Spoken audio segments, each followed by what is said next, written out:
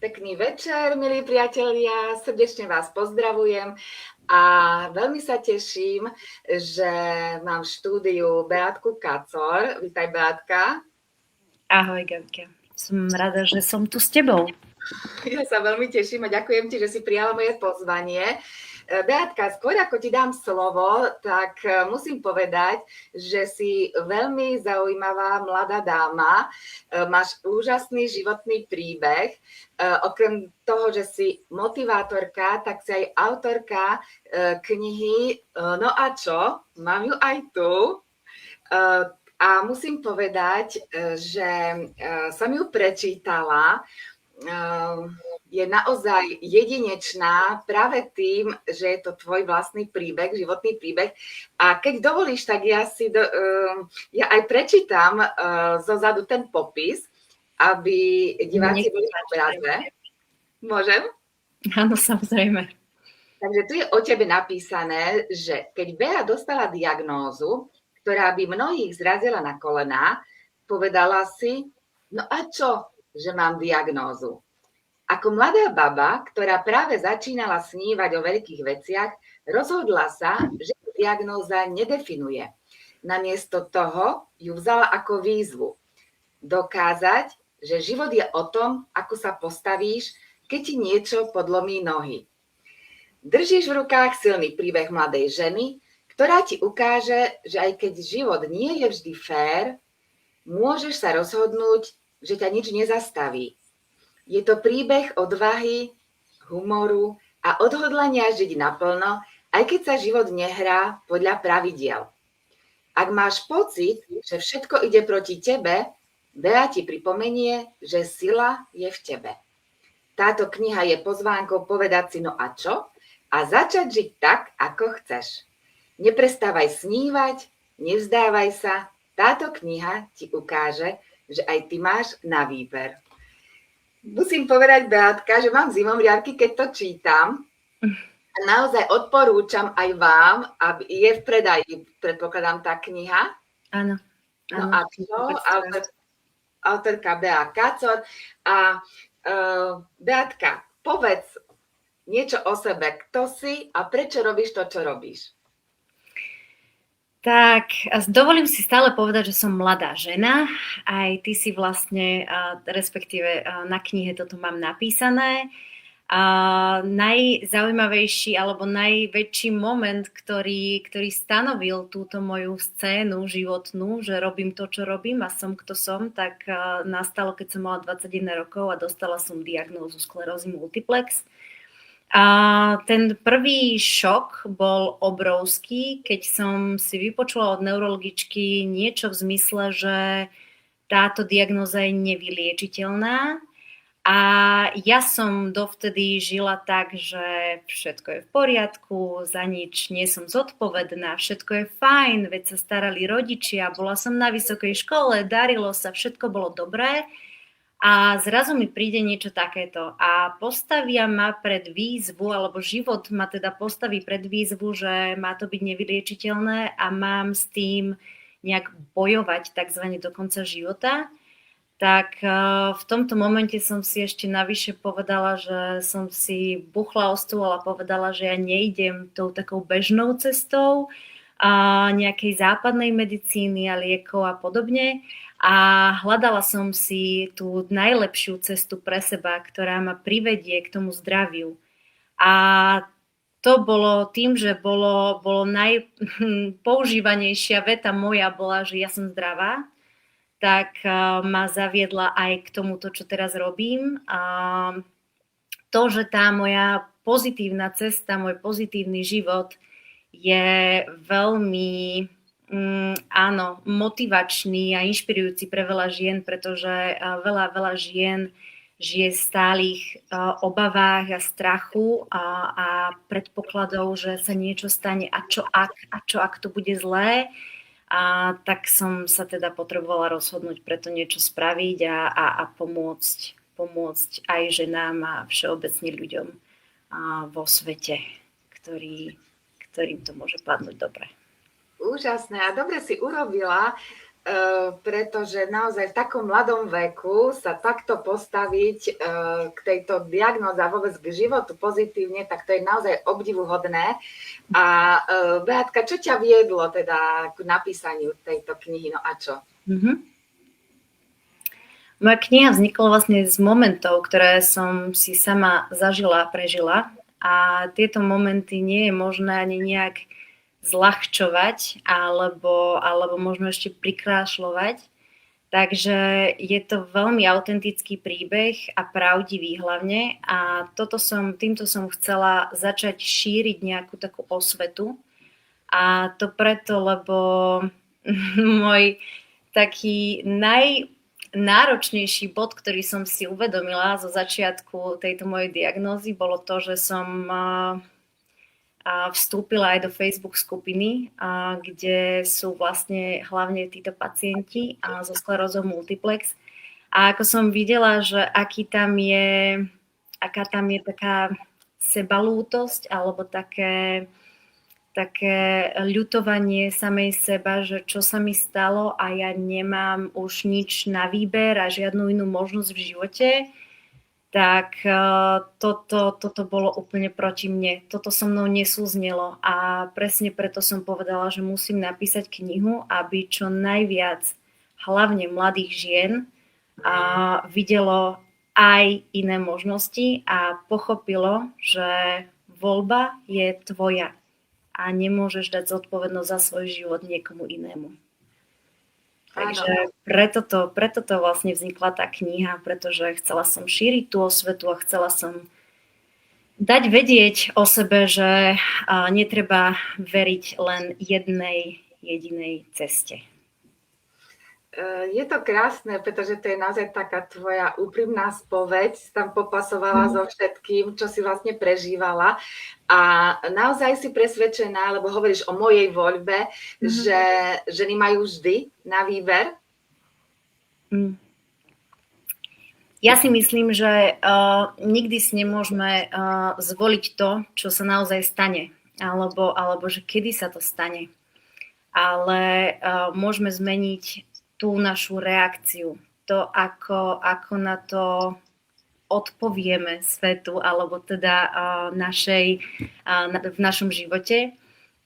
A to je to najpodstatnejšie, že treba veriť v to, že reakcia na danú situáciu, na danú výzvu v živote je tvoja voľba. A to, akú cestu si ty zvolíš, to je tiež tvoja voľba. A netvrdím ani ja, že moja kniha je nejaký návod, ako to spraviť. To vôbec nie. Ako som spomínala, je to moje skúsenosti, moje momenty, moje zážitky. A ja som si to riešila svojím spôsobom a ľudia sa potrebujú dozvedieť len o tom, že tých možností je naozaj veľa. Len si treba vybrať. Ja viem, že máš skúsenosti aj s alternatívnou medicínou. Aký je tvoj názor na alternatívnu medicínu a na západnú medicínu? Ja si neberiem toto, že je to nejaký boj dvoch svetov, že západná medicína a alternatíva. Je to, opäť sa k tomu dostanem, je to každého voľba. Nikdy som nehovorila nikomu, že sa zle rozhodol, lebo berie lieky. Napríklad, ak chce niekto brať lieky, nech sa páči, je to dobré. Na druhej strane viem aj uznať, že keď niekto potrebuje rýchlo nejaké riešenie, samozrejme je to rýchlejšie nejakými liekmi ako nejakou alternatívou, ako nejakými prírodnými cestami a podobne, pretože tie trvajú občas dlhšie, rozhodne dlhšie ako to, že si dáme nejaké lieky a to, že pôjdeme do lekárne a kúpime si nejaké predpísané lieky, ale je to celé o tom, že nakoľko človek verí sebe. A to je podľa mňa to najpodstatnejšie, pretože veľakrát som počula už taký názor ľudí, že oni sa boja alternatív len kvôli tomu, lebo čo si o mne povedia? Čo si o mne povedia moji známi? Čo ak sa na mňa pozrú, že Ježiš, ona je taká veľmi šialená, pretože verí takýmto blbostiam. ale ja som si povedala, že treba to vyskúšať, uvidím, čo to spraví a na základe toho sa potom rozhodnem, či pôjdem ďalej, alebo či idem hľadať ďalej, alebo sa vrátim k tej medicínskej ceste. Takže... Ono sa hovorí, že všetko je v hlave. Je to naozaj tak? Je to naozaj tak. Ja som 100% presvedčená, že je naozaj všetko na tvojej hlave. A skôr by som povedala, že je to o mysli a je to o tom, že ako spracuješ tie emócie a zážitky, ktoré prežívaš. A či sa na to pozrieš tak, že OK, je to takto, no a čo? Ja idem ďalej a idem si nájsť to riešenie, alebo hovorí sa to aj tak, že buď zostanem v stave obete, alebo sa stanem tvorcom svojho života. A toto je presne to podstatné, čo som sa neuveriteľne naučila za tieto roky s touto mojou diagnózou na papieri. Ináč, ako som povedala, som zdravá. A je to naozaj na tom, že ako k tomu pristupuješ.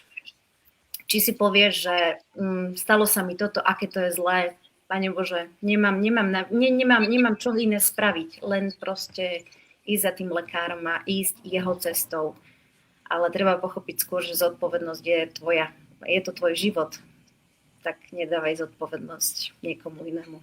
Je to úžasné, áno, netreba sa vzdávať a ja viem o tebe, že vedieš plnohodnotný život, že si aj mamina malého synčeka, áno, manželka, takže zastávaš plnohodnotne všetky tie roli ženy, dá sa povedať. Úplne všetky. Dúfam, že si to myslí aj môj manžel, ale áno, verím, že úplne všetky.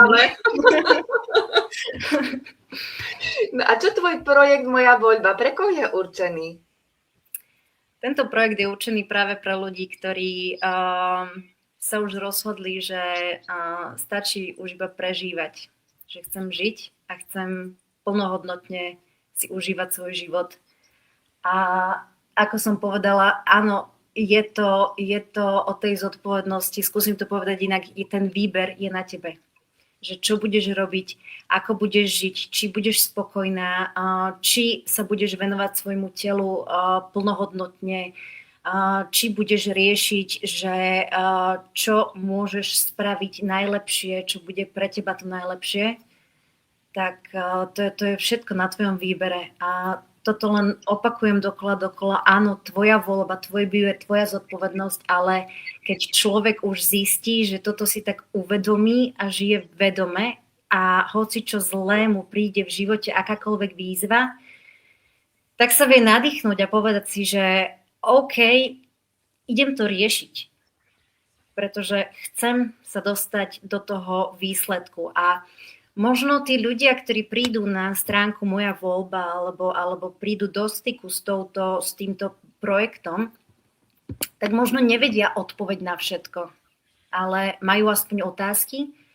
a nežijú v tom stave tej obete, ako som spomínala, že vlastne toto mi bolo dané a takto mám žiť s touto diagnózou a tu je bodka a končím.